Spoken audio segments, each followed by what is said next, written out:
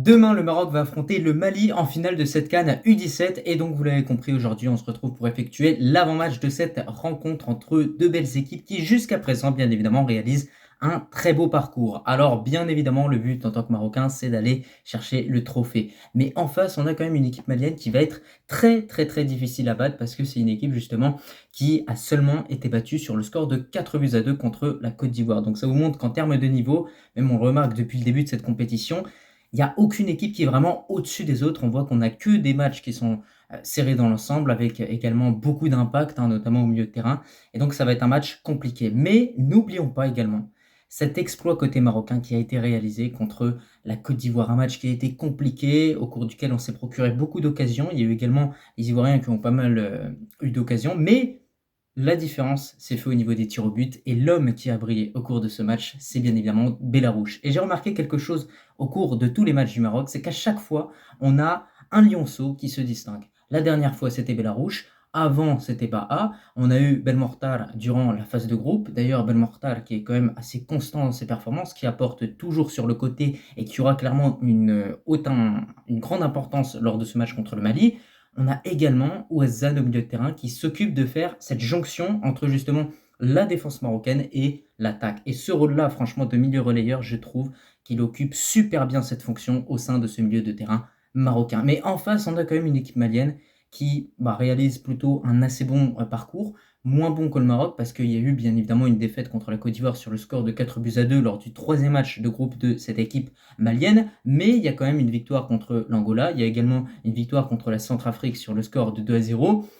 Au niveau de la continuité de cette compétition, ils sont tombés face aux Tunisiens, ils sont également passés au tir au but, et surtout, il y a cette victoire qui nous a tous surpris sur le score de 2-0 contre le Burkina Faso.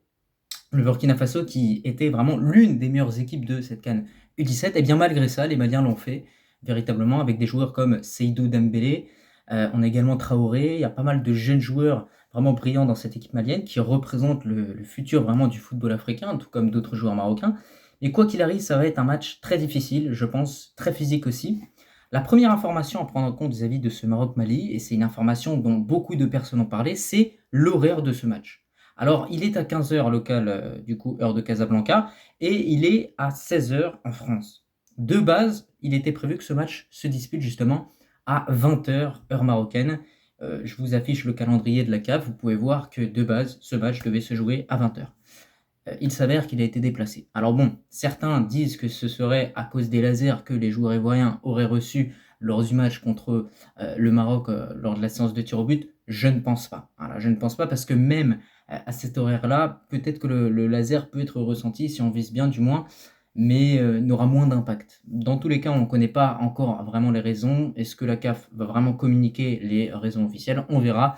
Mais c'est vrai que ça paraît quand même fou qu'une finale d'une compétition soit décalée à 15h. C'est très rare. La plupart des finales au niveau des compétitions, ça va être 17h, 18h, 20h.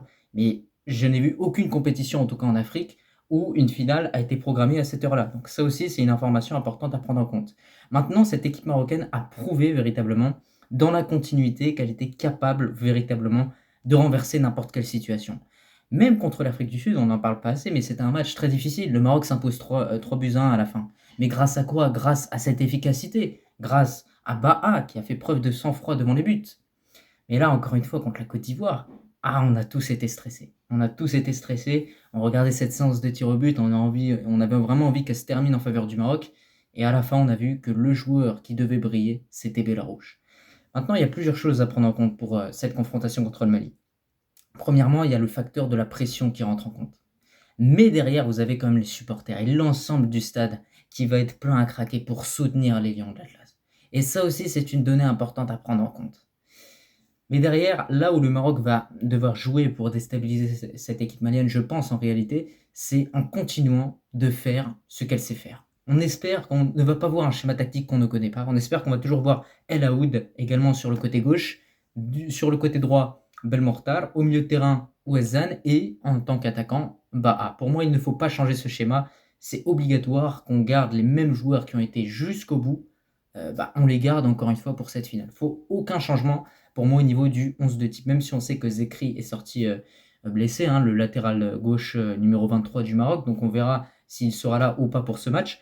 Mais quoi qu'il arrive, il est absolument extrêmement important de rester sur exactement la même composition et ne pas effectuer de changements. Maintenant, la chose à prendre en compte pour vraiment continuer à briller dans cette compétition et surtout aller chercher le trophée, parce que je vais vous dire que ce qui compte en réalité, c'est pas forcément la manière dont on va jouer. Ça compte, oui, mais si aujourd'hui le Maroc, par exemple, subit contre cette équipe malienne mais s'impose 1-0, on retiendra uniquement le trophée, on retiendra uniquement la victoire. Donc ça aussi, c'est un facteur important à prendre en compte et j'ai justement l'impression que cette équipe U17 est dans cette mentalité, mais a quand même envie et a la volonté de bien faire les choses. On le voit justement avec toute cette cohésion qu'il y a dans le groupe.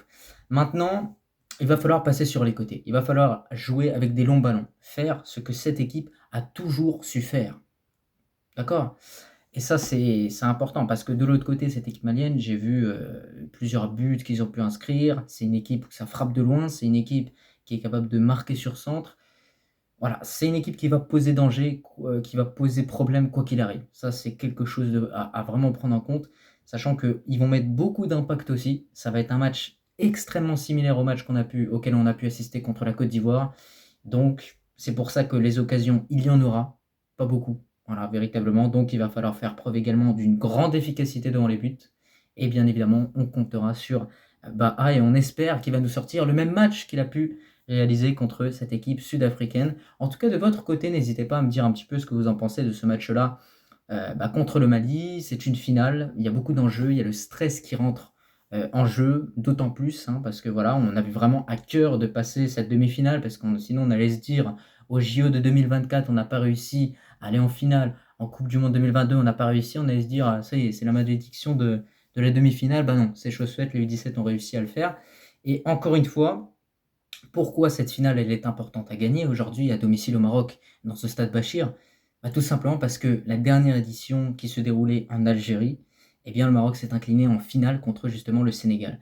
Et ce qui est intéressant, c'est que le Sénégal justement s'est fait sortir par la Côte d'Ivoire, le Maroc a sorti véritablement ensuite les Ivoiriens, et donc voilà, le chemin est tracé pour le trophée, mais en face, il va y avoir une équipe qui va jouer avec beaucoup d'envie, beaucoup de détermination, et donc, quoi qu'il arrive, ça va être un match très très difficile. Moi, à l'heure actuelle, je vais quand même vous donner mon pronostic à l'approche de cette rencontre, mais on sait que on peut pas prédire vraiment ce qui va se passer. Il peut y avoir tellement de scénarios. Voilà, si jamais voilà, il y a une mauvaise coordination entre les défenseurs, si jamais, je sais pas, le Maroc dès le début impose son pressing, fait comme il a toujours fait, parce qu'on voit aussi qu'il y a un certain pressing qui est mis en place en tout cas par le coach marocain, surtout à la perte de balle adverse. On voit que directement on va récupérer le ballon. Souvent c'est OSN qui se retrouve en tant que en tant que numéro 10 et qui vient distribuer les ballons pour Belmokhtar ou bien de l'autre côté El Ouad. Et même parfois, c'est arrivé, oui, on l'a vu avec un but inscrit contre l'Afrique du Sud, une passe directe pour Baha. Et ça a très bien fonctionné. Donc c'est des choses et des schémas, bien évidemment,